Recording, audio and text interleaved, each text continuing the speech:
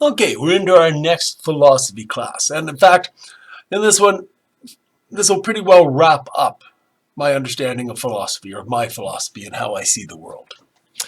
And we're going to tie together those concepts that we saw between Heraclitus, the belief that the world is in constant flux and always changing, and Parmenides' belief that the world is static. Everything that is, was, and will be always exists at all times. So it doesn't change. Static. So we have the dynamic or the influx viewpoint, and what appears to be a very opposite viewpoint of everything is already decided. And from these come the concept of predestination. If everything's already decided and already made and already is, then our destiny is predetermined. That's always been the belief. And on the other side, if the world is always in flux, then the choices we make a difference, and therefore we have free will. Now remember, I also told you that basically there are only two principles that have been accepted in philosophy. One is Descartes' I think, therefore I am. So because I think, I know I exist. But that's all I know. I can't really prove that I even have a physical body. I can't really prove that logically. But I think, therefore I am is a self-evident logical truth. If I think, I must exist. If I didn't exist, I wouldn't be able to think. But all it proves is that I have thought. It doesn't prove I have physical form. That could all be part of my thought and imagination. And how are we going to deal with this predestination and free will if everything's in flux? The second one that they considered to be true, that was generally considered true, was the law of non-contradiction, or as some call it, the law of contradiction.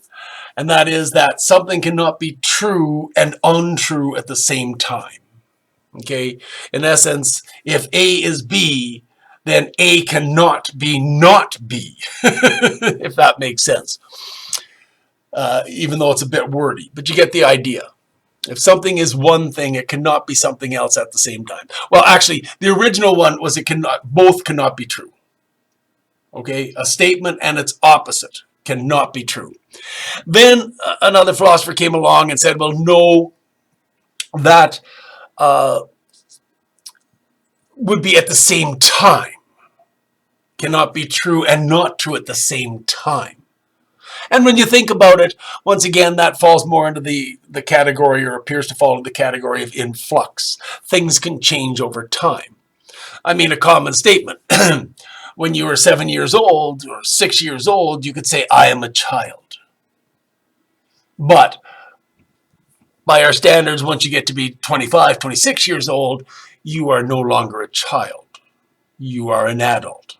So it is both true and untrue, but at different times. Then another philosopher came along and developed that even further, saying, well, that's not exactly 100% accurate either. They cannot be true and untrue at the same time and in the same sense. Now, their meaning of sense there kind of means in its, I guess you would say, in its meaning. So, as you know, we run into this in English. I expect it happens in some other languages, but we definitely see this, well, because the people that brought this in argued it in Greek. They weren't speaking English. There was no English then. So they were referring to it in an ancient language, ancient Greek. And so there's indications that sometimes words can have more than one meaning, even in other languages, the same as it happens in English. So the in the same sense meant when we're using the word in the same sense. Now, one example of this that we learned in philosophy comes from the statement of, now remember this was philosophy taught from a Christian point of view, where we have the statement, nothing is better than God. See? Seems like a pretty good sentence. Nothing is better than God. But 5 cents is better than nothing. So does that mean 5 cents is better than God?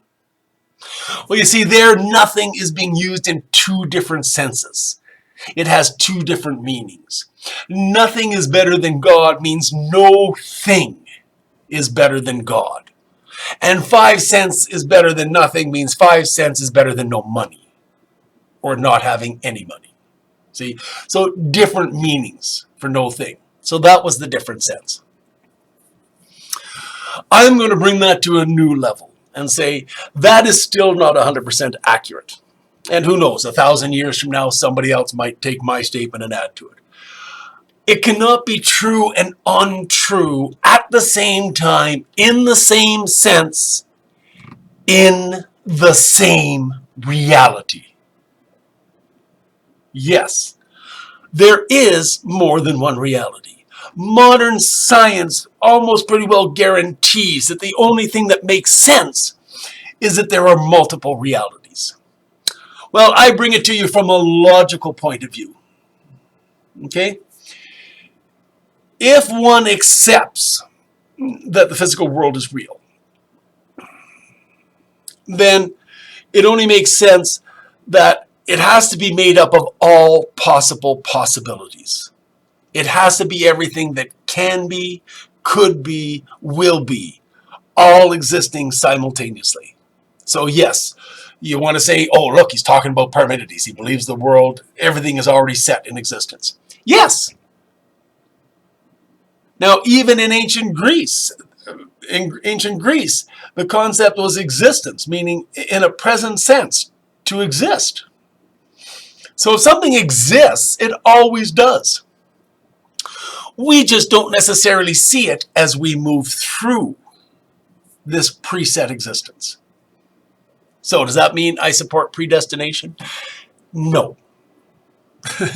And like the other things I did, like in the peace plan, where I showed how black and white make a dichotomy, they're dichotomous, but they make a variety of colors and shades. The same is true with these. Between the static world and the dynamic or influx world, the constantly changing world to the world that already exists. Right? And I shouldn't say world, I should say existence. So why do I believe there's multiple realities and there's a logical viewpoint for that? Well, the logical viewpoint is this: possibilities. My philosophy professor of metaphysics tried to argue that, now this was long before, well, I shouldn't say long before, but, a while before it became known the concept that there could be multiple realities or alternate realities. Or at least before it started to find scientific traction, might be a way to put it. And so he tried to argue that no, what we see in our world and our reality exists, and it's just one of the possibilities. And even then, I tried to argue with him. Well, no, it can't be one of the possibilities, because there would be no other possibilities if this is the only one. And his argument was, well, no, they could have happened, they just didn't. Well, no, if they didn't, and this is the only reality, then they were not possibilities, because they couldn't happen. You follow? And then he just tried to say, well, that's silly. Now, that in logic, which he also happened to be my professor of, is called grandstanding. It's when you try to make the other person you say their arguments are silly without any real proof. Or you make some kind of statement that, well, you're just being, hard to get along with. You resort to insulting the other person. Or you resort to some kind of statement that sounds very logical, but really does not contain an ounce of logic. It's designed to catch people's attention. Go, oh, wow, even though it's not valid. And so he actually used the fallacy of grandstanding without really seeing it that way. He just thought I was foolish to think. My argument was, if you want to call them possibilities, then there has to be their existence. They have to exist, or they weren't possibilities. And even then, without really knowing it, I guess I kind of somewhat had the sense that other possibilities had to have taken place, or take place, or still exist in this totality of existence. So, if we can think of it, it is a possibility, and if we can think of it, it exists. Now, this kind of gets back to this whole I think, therefore I am. We argue that, if, in philosophy, that is really the only accepted truth, other than the law of non-contradiction. And even with my updated version of, something cannot be true and untrue at the same time, in the same sense, in the same reality. That in the same reality now adds a whole different dimension of where, yes, in this reality I might be a man, but there could well be realities where I was born as a woman, where instead of it being the two cells that came together to produce a male, it was a different cell that came together with different chromosomes. And when you understand how fertilization of the eggs take place in humans, it actually takes, from what I understand, many spermatozoa, plural, hitting the egg before they break through the protective barrier, and only one breaks through. So who's to say two didn't almost break through simultaneously in one reality, or an infinite number of realities? It was the one that made me a male. But likewise, there would be an infinite number of realities where I was made a female. But what does this have to do with Descartes' I think, therefore I am? Well, that kind of ties into what we learned from Albert Einstein. Okay? And that is that E equals mc squared. Energy equals mass times the speed of light squared. Now, from what I understand, it's a little more in-depth than quite that simple, but it doesn't change the fact that energy and matter to some extent are interchangeable. And if you think about it, if I think the world exists, if I think reality is real, well, the fact that I just think about reality means it's real. It exists, even in thought. Now, thought is energy. And energy and matter are interchangeable on many levels. So, in a way, because I think, I can decide that I think there are many realities, and therefore many, in fact, infinite realities exist, because I think it. The thought itself ensures those realities exist. Now, some of you may say, well, you're trying to claim you're God. If you think of something, you've created all these worlds. No, that's not really the way it works.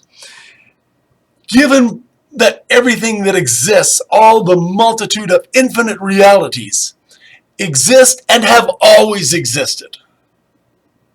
My thought doesn't create them. My thought is me becoming aware of them. The thoughts already existed. The realities already existed. I didn't suddenly make them come into existence. They already existed. I just become aware of them. So, this is part of the problem with some of us wanting to claim we invent things or we create things. From Parmenides' point of view, all those things already exist. All you are doing is arriving in the reality to where they are completed. And yes, you step through realities where you did different stages to make it take place and come into existence. But understand, that's in one reality. Or it could even be in an infinite number of realities, but it is not in all the realities. In different realities, different people made those inventions. In millions of different realities, or infinite number of different realities, somebody other than Johann Gutenberg, for example, invented the printing press. See? Somebody other than Henry Ford came up with the concept of assembly line manufacturing. There's infinite realities. And the fact that I can even think about the concept that any given invention, any given critical thing that we know about in history, I can imagine there's realities where Every person, every different individual in a different reality is the one who did those things. Why? Because all those thoughts already exist, and they're in what often gets called the collective consciousness.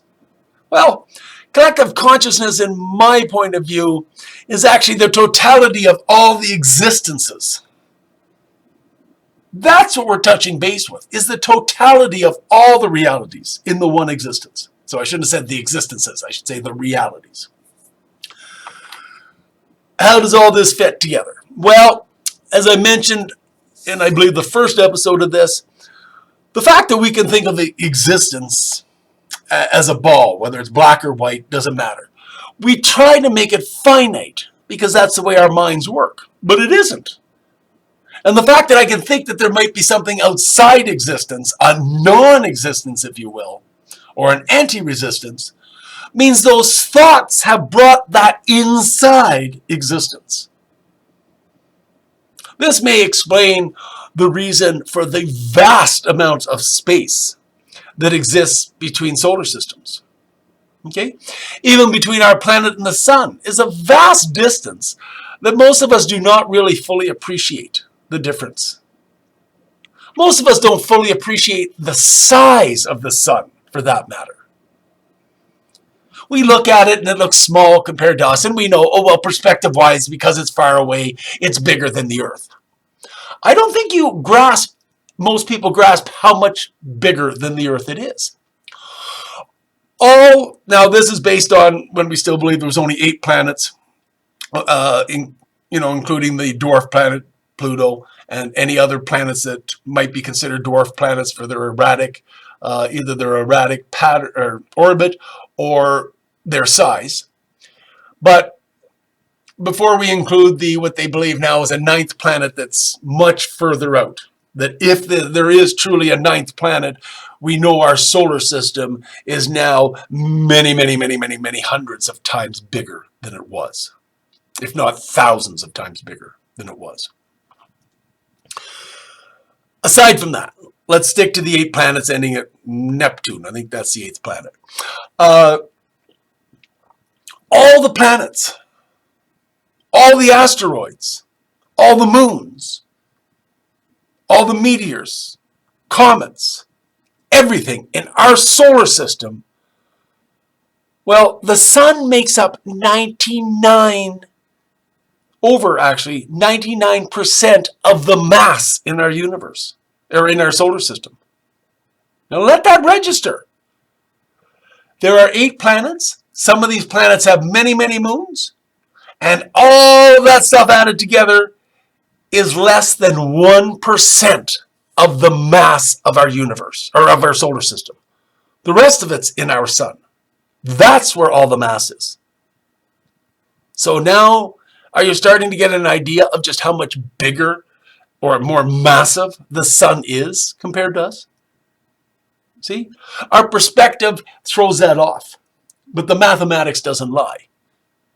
It is massive, to say the least. And between these stars, and ours is actually one of the smaller stars, between these stars, or star systems, are vast expanses of nothing. And they're getting bigger, because our universe is a big bang happening. It hasn't stopped. We are still exploding outwards from the center of the universe, or from the center of existence. Well, the center of our reality, I guess would be the way to put it. Not all realities have a big bang. Why do I know that? Because I can imagine that not all of them started that way. You see?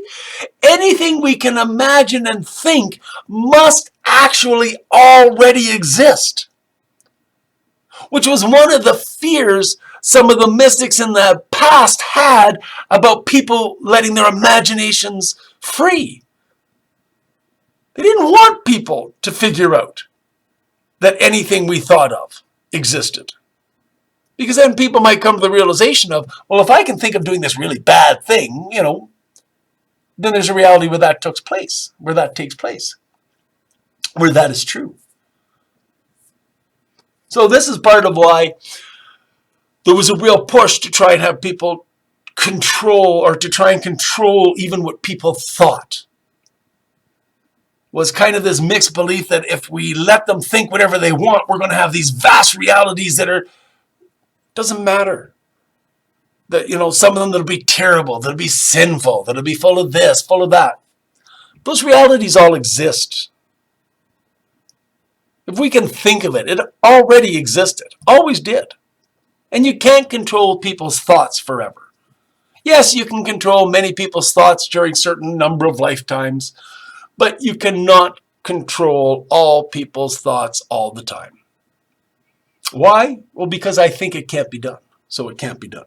But likewise, there would be realities where it does happen. Remember, there's realities where humans don't even exist. There's infinite realities where humans don't exist. We can imagine realities where it's the reptiles that evolved into developing tools and science. They exist. We don't see them in our reality, but they do exist if we can think of them.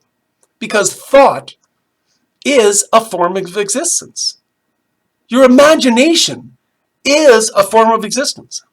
It does exist. What you think of exists. Now, how are we going to tie together the predestination of what all of these massive number of infinite existences means compared to our personal experiences of things always changing? Well, that is our perception as we travel through. So go back to your orb that is all the existences of existence, okay? Now, your ball. Now, why do I say an orb? Because it's the most logical shape. But the reality is existence is just everything. It wouldn't really have a shape. But the most common shape is circular or spherical. And so if it had a shape, it would be expanding out in somewhat of that format. So now imagine, as we know, every circle has 360 degrees. But a sphere is 360 degrees by 360 degrees by 360 degrees. And remember, every degree can be broken up into smaller and smaller and smaller units. In other words, depending on how you cross-section existence, that could be a reality. And it can be cross-sectioned in many different ways. So, what is really happening when we see all this change? When we see all this change, that is not that existence has changed. It's that our consciousness has moved its position inside existence and therefore sees a change. Existence didn't change, just our viewpoint did. So take our little globe here, okay? I look at it from this point of view and I can say, well, okay, if I look at this point of view, I can say, oh, the Earth's all oceans except for this one rather large continent at the bottom. You see? That's the entire world. Oh, look, there's a little bit of land there. Okay. That's it. If that's all I see, that's what I describe. But if I move over to where now my viewpoint is looking here, it looks like the world changed. But it didn't change. My point of view did. My position of looking at that reality or at that existence changed. So now we've decided, or we've defined, that existence is everything that can possibly and will ever possibly be, and it all exists simultaneously. Is Genghis Khan attacking and stretching across Asia? Yes, that has existed. It is existing. It still exists. We're just not attuned to it. But it still exists. It didn't go away. We just moved away from it in time. But it still exists. And that's the thing to remember. Everything in the past, what we call the past, present, future, those are all about our perceptions of existence, not about existence itself. So how do we have free will? Well, we get to decide how we move through that existence. We get to even decide how we perceive things as we travel through that existence. So yes, once I've been looking at it from here and think, oh my, you see, it's all ocean except for this little bit of land here and here, to my perception changes to where, oh, this is here. Along with that change in perception can be an even wider perception of understanding, oh, well, it could be a lot more than just that. It might be a lot more from a lot of different points of view.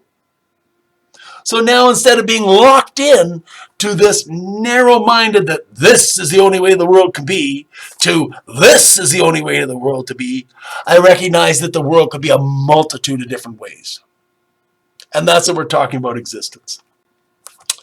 And once you recognize that there are a multitude of realities, infinite to the infinite power number of realities, okay, then you understand that free will is about how we choose to move through that reality and the perceptions we have as we move through that reality. So, that's my point of view. Both Parmenides and Heraclides are correct from a certain point of view. Parmenides, in my mind, is a little more correct because he understood that all existence, if it exists, it always has, always will. If it ever existed, it always exists. And Parmenides is right in the sense of we do see existence from certain points of view. And so we have to come to kind of understand it from that point of view as best we can. So where does free will enter into this? Free will enters into this because our decisions determine how we move through that impossibly complex existence. Impossible to understand from any one point of view. Impossible to understand from any one point of view. But our choices help determine how we see that existence, from what point of view we do see that existence, and in fact, it's quite possible and most likely that our free will determines which realities we travel to. Now, we've seen this a lot in recent years of where some of the people, the gurus who are doing really well at making millions of dollars tell us, or billions of dollars and becoming rich and all of that, tell us that our focus, what we believe, what we think to happen is what comes true. No and yes. No in the sense of it doesn't come true, it always existed. But your believing it and choosing it can help you arrive there to that point of view where you see that existence that you want. You see? So it's not so much that if you get up and spend your hour meditating for yourself to get yourself centered, you spend your me time, and then you spend your 8 hours doing your hard work and you'll get rich. Those are just choices you make that help move you along a path towards that reality that you want to become your reality. It already exists. You're just aiming to have your consciousness arrive there. So, this kind of brings us back, in a way, to the peace plan. And why I say all each of you has to do is to answer the one question. If society supplied all the needs, food, clothing, healthcare, housing, education, mobility, access to the internet, the right to self-determination.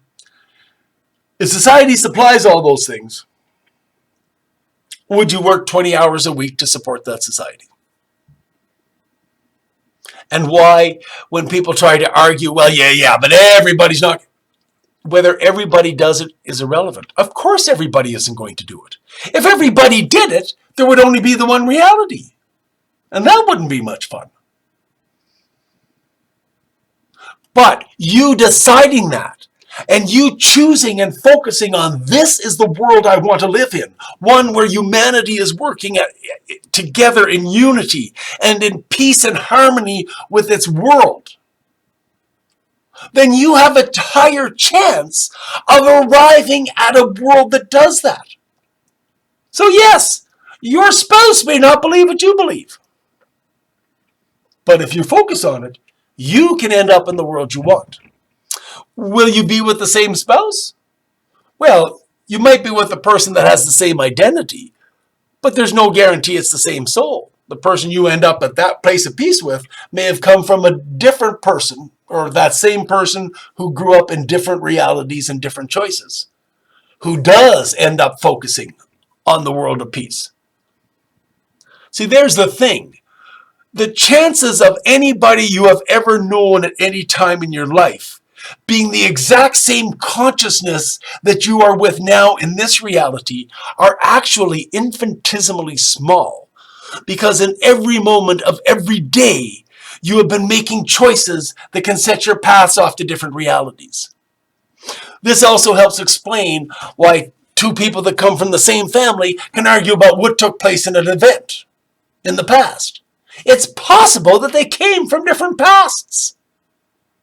They just happen to be their life paths happen to be crossing at this moment in the same reality. But they came from different pasts. So one can remember that this is what happened at the picnic. Whereas another one goes, no, that isn't what happened. This is what happened at the picnic. And people who are very close can have different memories of the past. We've always just dismissed this as, well, that's subjective reality. People see things the way they want to see it. They see different things. There is some truth to that, and that has been proven to some extent. But it doesn't exclude the possibility that they actually have different memories because they have different experiences. My memory of this event happening this way with this person is different from how the person I think this person is now.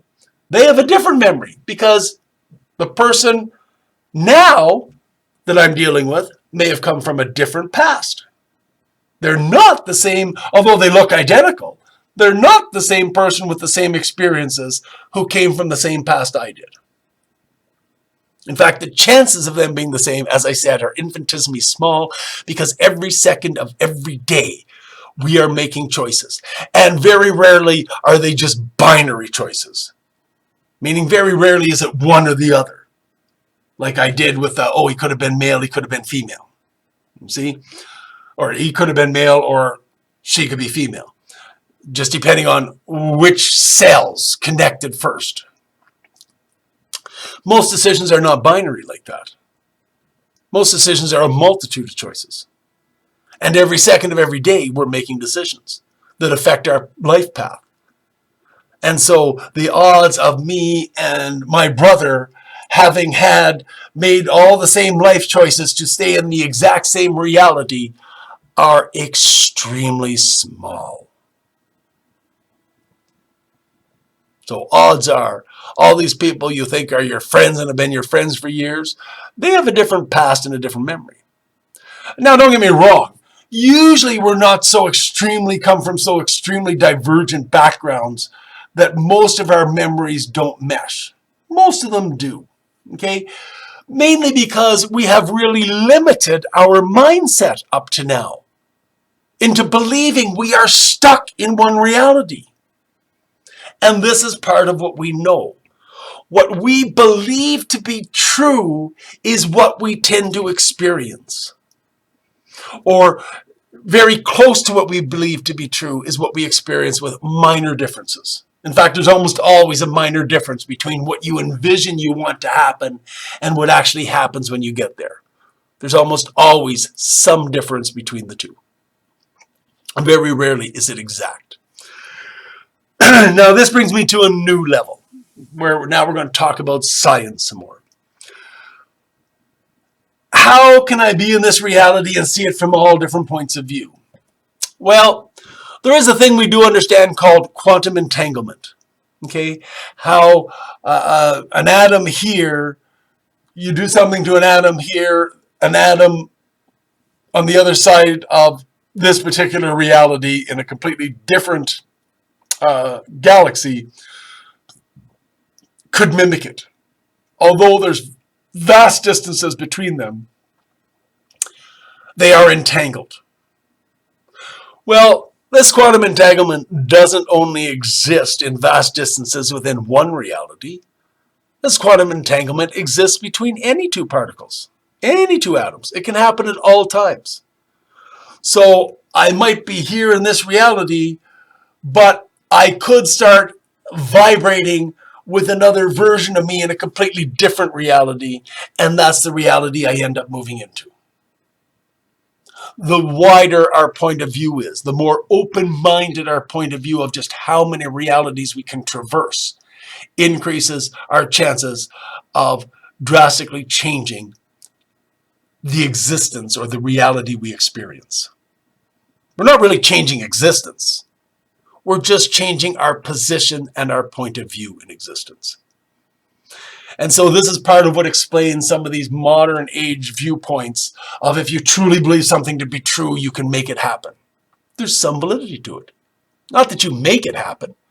It's already happened, or it's happening. It already exists. You just happen to arrive at that reality because you're steering yourself towards it.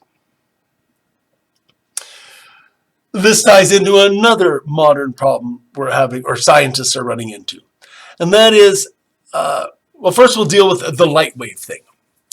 So light, we know, can be viewed as both a particle and a wave. But when we view it as a wave, part of our understanding we start to realize now is it actually stays in wave form until we become aware of it. And then it gets locked into a reality. So that one's a little harder to grasp your mind around. But science has kind of already proven this to be true. Our observations of reality or of existence affect what reality we see and actually affect reality. And there have been scientific experiments that prove some of this, especially with light. How if you shoot a random photon of light at a wheel that's got a thin slit in it, you would think you'd end up with a nice straight line of spots. But we don't always. And the difference seems to be whether it's being observed or not. If we observe it, we get a different pattern than if we don't observe it. I also read about experiments that are taking place with the smallest amount of matter of what I guess you could arguably say Aristotle called prime matter. The base material out of which all material is made. Inorganic and organic alike. All come from a base material. And when they get down to the smallest matter and try to do experiments on it, what they quickly came to realize is the expectations of the observer affect the outcome of the experiment. So they could never truly duplicate experiments over and over again, which by definition of the scientific method means you haven't proven anything. All you've done is disproved it. Because for it to be proven to be true, you have to be able to duplicate the experiment and the results. And they always get different results. So this is an interesting thing, because what does it prove? Well, it proves that we affect our thoughts, our beliefs, our expectations actually can change the base matter of reality. And this is proven in other ways. We are aware of the fact of psychosomatic illnesses, how our thought processes can actually manifest into physical ailments, and vice versa. How you can believe you have a physical ailment and be given a placebo and told, oh, this is the best medicine in the world, and because you believe it is, it actually improves your health. and can actually sometimes cure a health problem altogether. Mental power is how they want to write it up. But is it mental power? Or is it that we are affecting the base matter of existence? Or we are traveling into a different reality where that matter matches what we have envisioned or what we expect or believe to be true. So I bring all of this up to tie into, once again, I told you all of this is designed, this philosophy was not designed to support the peace plan. But because I understand this philosophy, I understand why the peace plan can work. The peace plan can work because peace already exists in infinite numbers of realities, including where humanity is at peace and in harmony with its environment. In that reality, those already exist. By defining them, see, remember, if you watch the peace plan series, I told you we need to define peace. Now, I define my peace as when every person in the world accepts that the system we have is the best we can have. And therefore, there's no real need to change the system. Might not be perfect, but it truly is a peace where people, for the most part, get along. There's very little problem, and we're working in harmony with our world without doing damage to the environment the way we currently are now, where we won't be at risk of suddenly going into catastrophic failure, where the environment is suddenly going to collapse because we throw the environment too far out of whack. So as we're suffering now with climate change, we've had certain tragedy films that have pointed out the concept that once enough of the ice caps, which have no salt in them, melt and dilute the salt level in the oceans, we could be in for a catastrophic problem, because the less salt concentration in the oceans, the more of the ocean that can actually freeze. See? You got to remember, the salt concentration lowers the temperature at which water freezes. So fresh water at sea level, sure, it freezes at 0 degrees Celsius or 32 degrees Fahrenheit. But salt water doesn't freeze at 0. The salt water of our oceans must get much lower than that before it has a chance to freeze. But because the ocean is so vast and so huge, that simply can't happen currently. But if our ice caps keep melting, it can. So how do we solve this? Well, we have the combination of the understanding that our viewpoint affects the destination we end up at. And I once did this as a physical experiment in our world. I walked across, so if you looked at, let's say, a square, okay? And as I walked across from one corner to the other, I forced myself to keep my eyes constantly on that exact opposite corner. I refused to look down at my feet. Now that means a couple times I did kind of stumble, but then looked back at my path and put myself back in the center of the path and focused on the end and walked towards it. When I got to the end and I looked back, other than the couple places where you could see my footsteps went off the path and then I brought them back on, it was virtually a straight line. Now, I'm not sure if you're ever aware of this, but if you ever look at people's path through the sand, through a field, through a path of snow, very rarely is it a straight line. It's always this little weaving back and forth off center. Why? Because we tend to look down at our feet on a regular basis. And as a result, we're not focused on our destination. And because we're not focused on our destination, we vary from our path. We deviate from the straight path, the shortest distance. What does all of this have to do with the world and coming to peace? Well, this is why it doesn't matter what other people believe. If you believe and stay focused on wanting to arrive at a world at peace, where all of humanity is at peace, okay, then you need to stay focused on that. You need to define it for yourself and then focus on it. And as long as you try and keep that in the forefront of your thoughts and perspective, you will work and move towards that world of peace. Now, I hear many people try and say, well, how can you say that, Michael? I mean, look at way back in this, when you were growing up in the 60s, life was so much better than it is now. Look at some of the horrible things we see going on in the world. And to those I say, hooray. I'm not really happy in a way to see that, we have these mass shootings going on. I'm not happy to see that companies are so focused on their profits that they really don't care about hurting human beings or destroying the environment. Because I see those things as being necessary to create the inertia for mankind to want to change.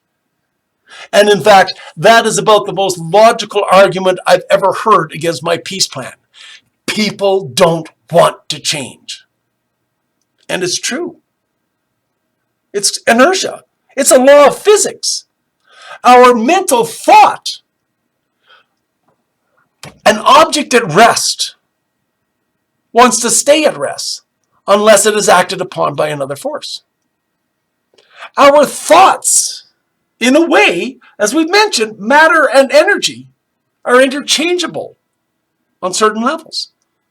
So we have these thoughts. Now, we're not at rest, but we have our thoughts and we're already in motion along our life path as we perceive it. And until we get forced by an external force off of that path, we are not going to change our minds and strive for a world of peace. Because we're too busy just trying to make our way in the world. There's the rub. Okay? That's why the world getting supposedly so much worse and all of this stuff becoming more blatantly obvious are actually steps towards a world of peace. Because more and more people are being moved to change.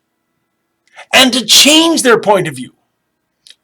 Now, yes, granted, you're probably getting equal numbers who are ending up with a more negative point of view, as well as people ending up with a more positive point of view.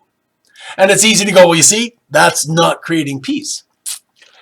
Except, oftentimes, before the expression exists in the Christian viewpoint of all roads lead to heaven. Okay? Even the road through hell. Most people who consider themselves woke, which is a term I really don't like because it implies past tense, as if you suddenly are awake. No, your entire life should be a process of waking, of becoming more aware of just how integrated all of existence is and how integral and intimate a part you are of it. So, I ask you once again for the peace plan. If we created a societal system that would supply you and your family now and for all your life in perpetuity to your descendants, will supply them with food, clothing, housing, education, healthcare, mobility, access to the internet, and any of the other new inventions we come up with that we end up seeing as being an integral part to a healthy life. If all of those are supplied, will you work 20 hours per week on average through your lifetime, doing something that's productive for society? Now, this is a big benefit for most people. Most people are either working way too many hours or are not able to find work. And some who can't find work. Okay, now a bit of a difference. We want to see those unable, and then there's those that can't, in terms of, in our modern world, we don't see them as having any skills that are worth paying for, so we consider them unemployable. But that's not true. There are many ways to serve humanity or the environment. Okay? It might be more limited in what some people can do because of their abilities or their special circumstances. But it doesn't mean they can't do anything. Even if all they can do is sit there and talk, they could well be useful in talking to people and helping to bring people together through understanding other people. Maybe they're a person who's incapable of speech. So they will find other ways to express themselves, and in that process contribute to humanity and humanity's coming to peace. So you see, it's not that there isn't work to be done. Take a look at the world. Take a look at humanity. There is work to be done. There just isn't money to pay for it. So, if money is not serving us, isn't it time to focus on something else? Isn't it time to focus on a system where we put humanity and our world first, caring for existence, and trying to find a way to peace first? So if we define peace as a world where every human on the planet admits that this is a good system that is taking care of everyone, staying in balance with humanity, and it may not be perfect, but we are working on making it better and better. So it's a good system. No need for revolution. The individual's rights and point of view and right of self-determination will all have to exist for there to be peace. Now, some of you will immediately want to scream, no, what about religion? They got it. It's not your job to worry about religions. That's religion's job. And this peace plan is not designed to wipe out religion. It was designed to take religions back to their core beliefs. Almost every religion has been, or many of the most popular religions, have had factions of it try to usurp portions of their holy books or of their belief systems and steer them into a particular direction that suited a person who was, in most cases, power hungry, wanted to control others, rather than free them to self-determination. So, this is why, if you focus on a world of peace, you have a better chance of attaining it.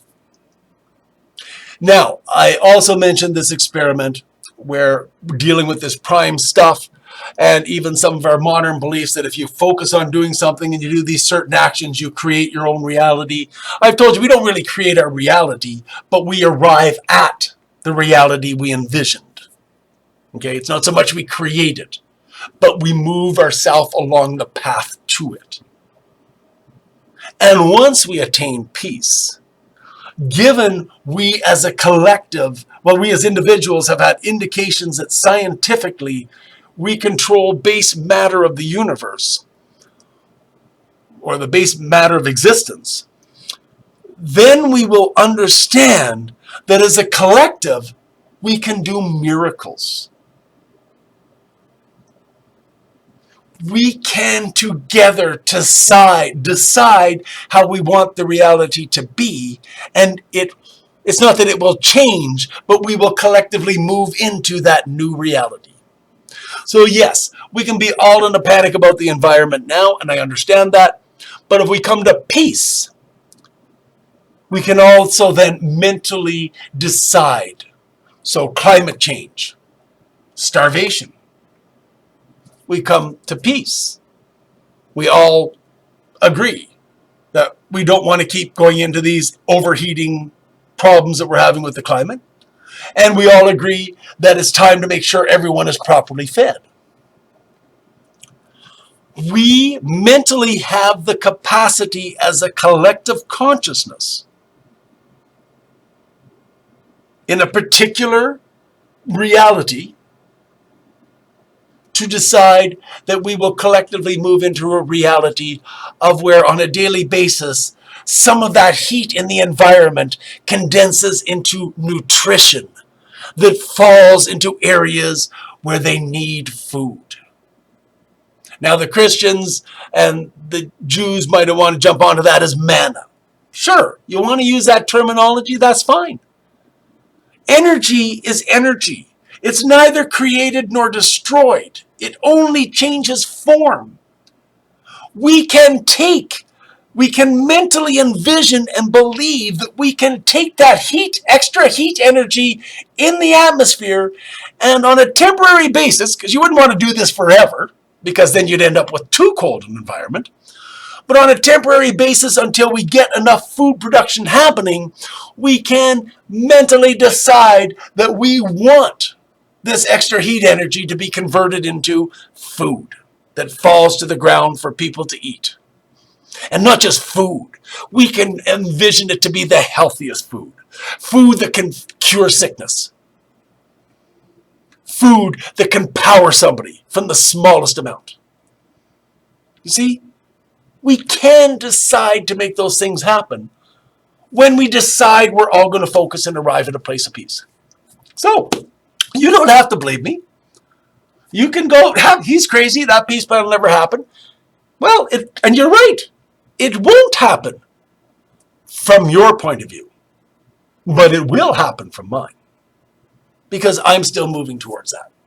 And yes, even the vast damage that I have seen, as I said, all of these horrors are needed to get people moving off of their path of their blind step, 1 foot in front of the other, following what some want to call sheeple. I don't really like that term. But we all do kind of get locked into our point of view of life sometimes and just try to get through instead of taking control of our viewpoints and deciding, I want to live in a world of peace. I agree with him. I want to live in a world of peace. That's what I'm going to focus on. See? Instead of focusing on how I'm going to make millions and billions, or how I'm going to get that house, or how I'm going to win the heart of that special person. Instead of focusing on all these little details that easily distract us, I focus on a world at peace. Then we have a better chance of getting there. And currently, what we're doing is trying to fix this problem, and fix this problem, and fix this problem, and this problem, and this problem, and this problem. Daily, I get emails from organizations that are trying to do good in the world. Don't get me wrong. I recognize they're trying to make the world a better place. But the problem is we're having all these little battles that are not getting us closer to peace. This is the Labor Day weekend, okay? Or we just finished the Labor Day weekend in many parts of the world. Canada just finished it. Yesterday was Labor Day. It took hundreds of thousands of laborers to come together to get some of the rights that now exist for labor. Okay? And from certain points of view, yes, things are better for labor.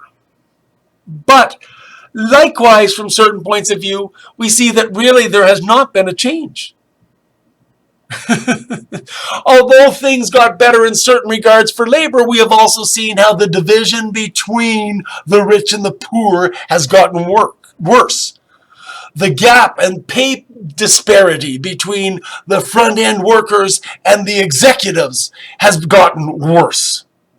So for every step that takes getting 100,000 or more people coordinated together to get a change, simultaneously, these businesses are each paying thousands of people to figure out a way to make sure that that profit keeps growing.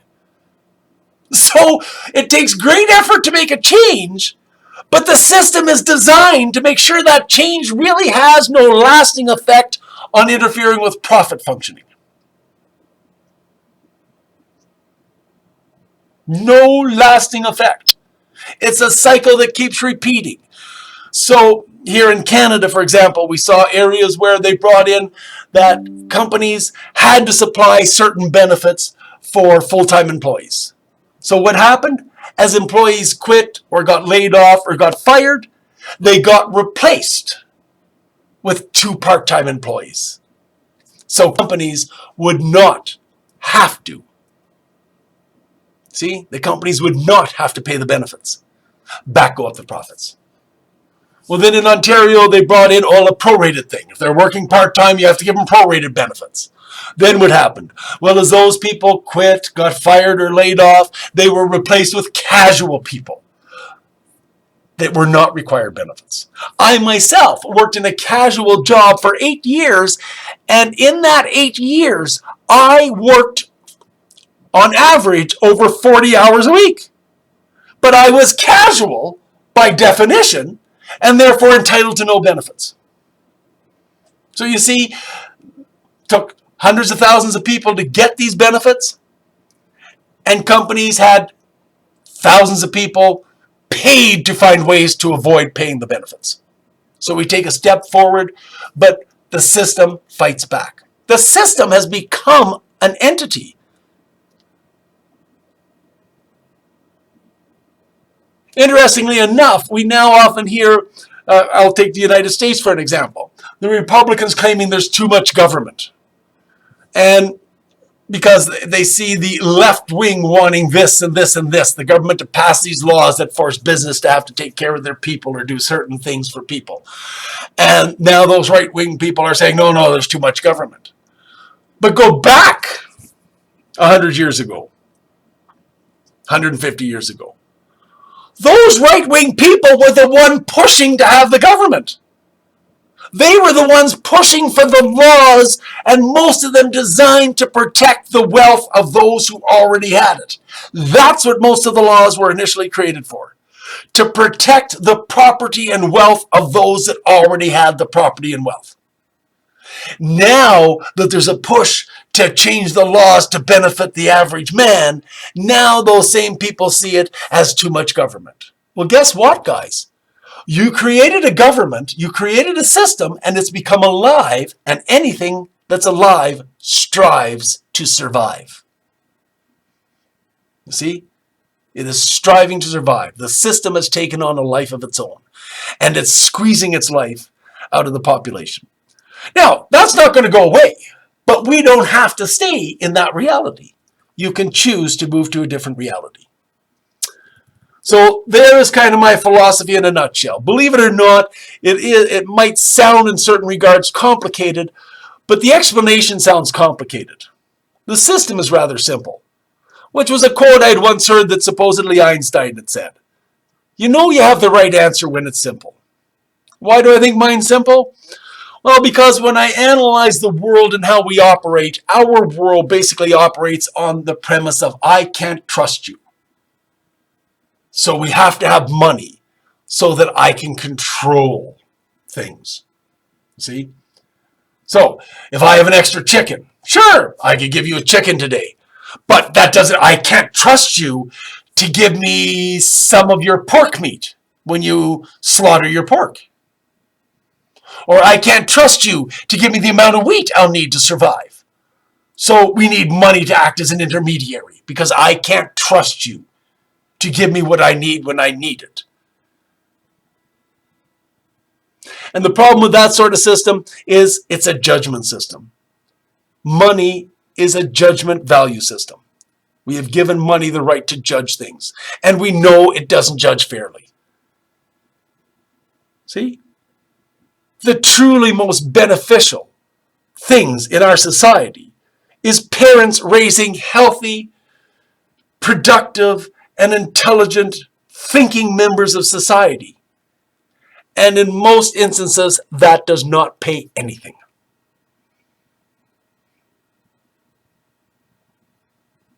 But an executive who figures out a way to squeeze a few extra dollars out of each and every customer they ever deal with, that we pay big bucks for. Even though we know by its very definition it's damaging the people. The profit has to come from one of two places. You're either squeezing it out of the people or you're squeezing it out of the environment. Neither of which is good for humanity. So, choose to focus on peace and let us move towards peace. You don't have to follow me, but I'm making it clear to you that's where I'm headed. And if you want to end up in one of the realities where humanity is at peace and harmony with its world, you better start focusing on wanting that and striving for it. And if you're not sure how to do it, a good way to do it is this, and one that moved me forward in immense ways. Recognizing, if you can't look at it any other way, that all of humanity, all of this world is your child, your children, and you want to be the best parent you can. So you now have to look out for everybody, not just yourself. And the truth of the matter is, that is it. All of existence. We're all part of one existence, regardless of how many realities there are. We're all part of one existence. So be kind to each other and focus on an existence where we attain harmony with our nature. And remember, human nature, some want to use the term to say, oh, human nature is like this. No, folks. That is your view of human nature, of how humans act when they're under tremendous and horrendous amounts of pressure to survive. That's where all of these horrid things come from. People that crack under the pressure. If you will, look at our current system as the people are all just kernels of corn in a pot of boiling oil. Yes! Sooner or later, just about every kernel is going to crack and explode. But that doesn't mean that is the nature of corn. That is the nature of corn when it's in horrendous pressure and heat. It is not the nature of corn when it's on the cob. It's not the nature of corn when it's sitting idly by itself. It doesn't just suddenly explode. The circumstances make it that way. And so if you want to point at human nature and some of the horrid things we've seen and say, well, that's just, you see, we'll never have peace because that's the way people are. No, this is the way people are in our system that we know is not working for 90% of the people. By its own definitions, its own metrics, its own standards, 90% of the people are not living at a healthy standard of living. So since we know the system doesn't work, it's time to focus on getting to a system that works. And so human nature will have a balance point. So we don't all have to be the same. I don't have to try and force you to have my same beliefs. Okay? Yes, I'm trying to convince you that if you focus on peace, we have a better chance of us collectively getting there. But your path to peace and my path to peace will not be the same path. And my path to peace does not necessarily require you to follow that path or to move in that direction. You might not, but other variations of you will. And those will be the one I will arrive at a world with peace at. So you decide. Do you want to arrive at a world with peace? Or do you want to be right and believe that human nature is a horrible thing? And I keep bringing up human nature because in science there's a statement, nature abhors a vacuum. But the real statement should be, nature loves balance. And if there's one thing we saw in 2020 when the pandemic was happening, is that when we stop doing harmful things, nature recovers its balance extremely fast. It took over 100 years of polluting the canals of Venice, for example, before it came that dolphins never went there. Less than 1 year of it not being used the way it had been being used, and some dolphins had been spotted in their canals. Less than a year, it was back to its balance. The same can happen with human nature and the balance of nature itself. As soon as we start moving towards a path of peace, nature and its balance will recover far faster than you could ever imagine.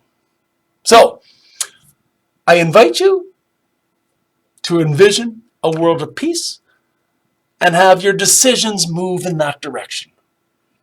Be kind to other people because it makes it easier for them to choose to want to move in a path of peace.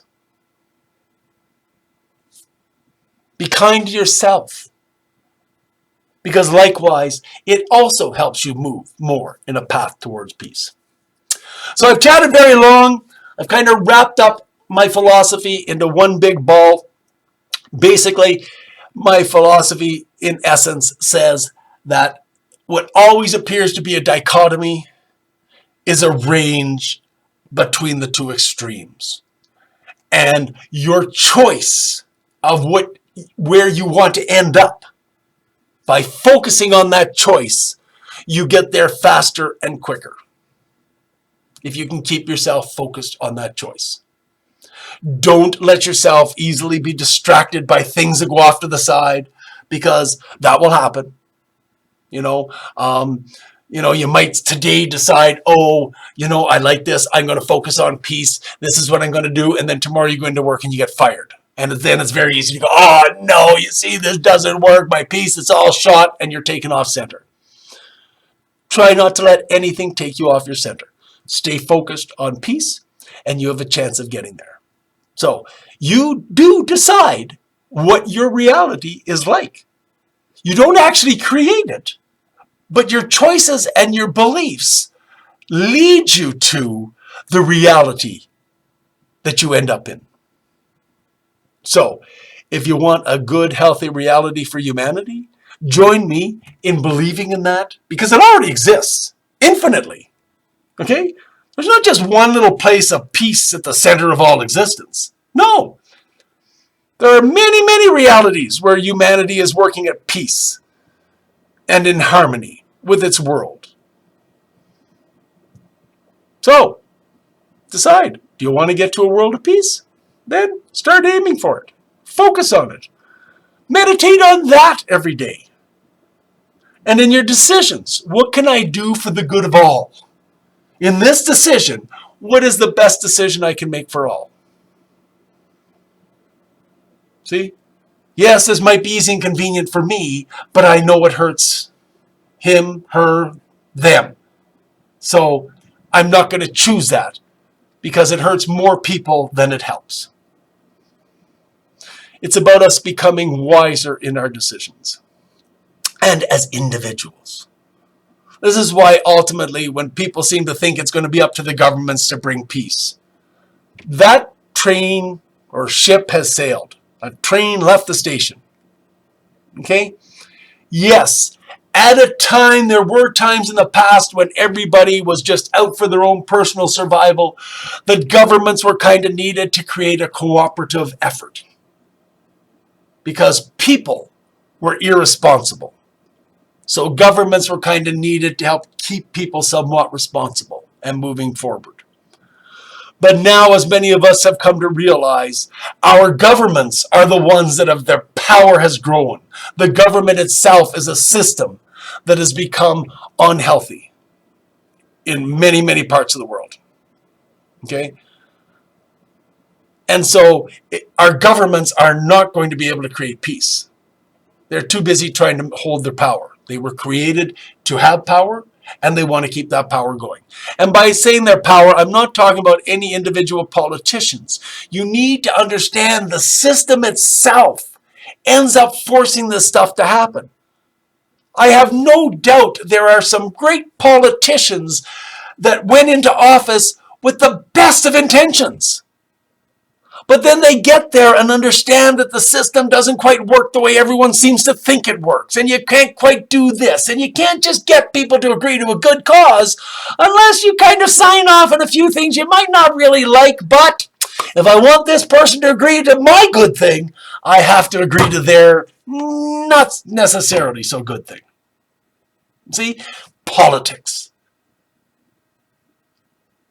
So it has to come down to the people. The people have to envision what they want, and then on an individual basis, we will slowly move towards it. If you envision that you want to arrive at a world where humanity is at peace, and I see it on a daily basis, okay? It's been a real struggle in my life. At times I thought of it as a real curse when you'd hear about some horrendous thing that happened. And you can see in your mind's eye how a peaceful world, it just never could. It is so hard to see that. You almost want to curse your vision of peace because it makes the reality hurt that much more. But you must maintain your vision of peace and try not to let these things that are happening along your path there interfere or knock you off your path or your vision. So, do you want a world of peace? That's what my philosophy is all about. All these divergent things are actually just a blend. And we have to choose our path down that through that blend while you're focused on the destination you want to attain. So, I leave you at that. You want peace? There you have it. And once enough of us move towards peace, move towards that already existent reality where humanity is living in peace. Well, one of the infinite number of realities where humanity is living in peace, then it becomes much easier to solve all the world's problems. In fact, if you think about my peace plan, and that some of it will come up in the further lessons of the peace plan, is how almost all of the social ills go away overnight when we adopt the World Peace Plan. As soon as we decide we are going to take care of humanity and our world instead of taking care of making profit, the world will almost overnight change. Will suddenly everyone be fed? No, that will take years in some regards to get the development up. But on the flip side, people can choose to accelerate it. We in North America who are, well, I'll use North America as at one point in university, I remember hearing the stats about Canada, United States, about the amount of food we waste in a year is actually enough to feed the starving people of the world. Now, I have my doubts that it means feed them enough that they're all going to have a full, healthy diet. But there are actions we can take to redistribute food that within a year, almost everyone would have a much healthier diet than they had. Those that are in the direst of straits would probably be eating 10 times better than they do currently. That simple. We have to decide we want to move to a world of peace. And once we get there, folks, I am one person. Did I think all of this on my own? No. I call it my philosophy, but remember, existence already existed. I just got to a position of where I could see it from a certain point of view. But my belief in there being peace certainly didn't start with me. It was discussed by Buddha. It was discussed by Jesus Christ. John Lennon wrote his song, Imagine. A peace. Imagine a world where we're all living in harmony. I didn't start this. If anything, I just happened to have picked up the baton. And this is only in one reality. Understand, there's infinite number of realities where somebody else is the one who has picked up the baton and tried to move us forward towards the destination of peace. Infinite realities. In fact, there's a reality where you are the one who is making this video that I am making right now. And I am the one listening to you, going, and hopefully I'm going, wow, I like that idea. I do want a world of peace. Yes, that's what I'm going to focus on. That's my destination. So, each of you has to decide, and your decision, in certain regards, only affects the destination you will end up at. You cannot drag other people with you kicking and screaming to your destination. They have to choose that destination for themselves. You see? Free will, self-determination. I don't want to suddenly be made king of the world and be able to order everyone to act a certain way. That isn't the way it can work. Okay? People have to choose to want to be at that destination. They have to choose to want to be there. There's no forcing them. Every decision has to be their decision to want to belong, to want to make it a better place, to want to end up at that destination of where all humanity is taken care of. And we're taking care of it in an environmentally friendly way. We're doing it in a way that does not continue to destroy our environment. And when we get there, I will certainly not be surprised to find out that we actually collectively have the ability to do what now we call miracles. To literally be able to envision a change, and it changes. So, hopefully, I'll see more of you walking along towards the path of peace. I'll see more of you trying to define peace. And please continue to watch the Peace Plan series in a way this kind of wraps up my philosophy. It's not all that complicated. It's basically a philosophy that all that is already is and always will be. But that is made up of infinite numbers of realities and infinite number of combinations. And we will learn to celebrate those diversities and various combinations in a world of peace, where we're all taken care of and we're not in fear of the destruction of our planet. Thank you for your time. I know I went far over what I intended to do, but like I said, this basically wraps up my philosophy. It's not meant to be complicated. I wasn't here to argue and debate against all other philosophers in the past, to tie all of their philosophies together. No, because basically I told you about, in a way, the only four things that mattered in the creation of my philosophy. The law of non-contradiction, that I added my own thing to, can't be true also, same time, same sense, and same reality. Could be true in two different realities. So what's true in this reality, might not be, well, in fact, there would be a reality where it's not true. So they can't be true and untrue in the same reality. That was one of the focuses. That Heraclides' belief in constant flux and constant change, and Parmenides' view of all of it already exists, were two more key points that I show how really it's a blend of the two. From our point of view, everything's in flux, and our point of view changes the direction that we travel and what we see of that already fully existent, fully developed, unchanging existence. See? So when I get to this point and I look and see it from a different point of view, understand, I was already at that point. That point always existed. It's just my consciousness arrives there.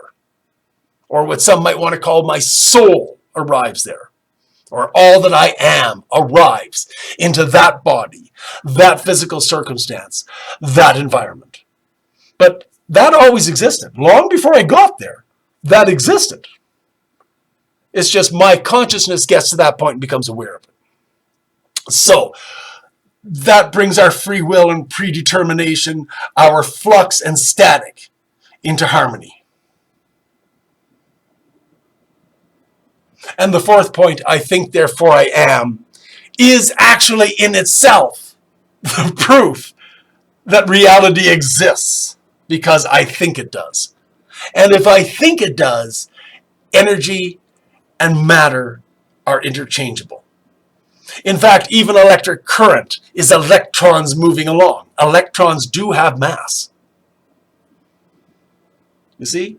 So our thought processes are an electrical process. Those processes have mass. While I'm thinking, those electrical thoughts have mass, because electrons have some mass. So, if you think about it, it all ties up almost all the variations of the world and different viewpoints into one nice, neat little existence. I'd say we put a bow around it, but as I mentioned, it's everything that exists, so there is no end to it. There is no around it. There's only what is. There is no what isn't, because what isn't is thought about, and therefore is inside existence. Thank you.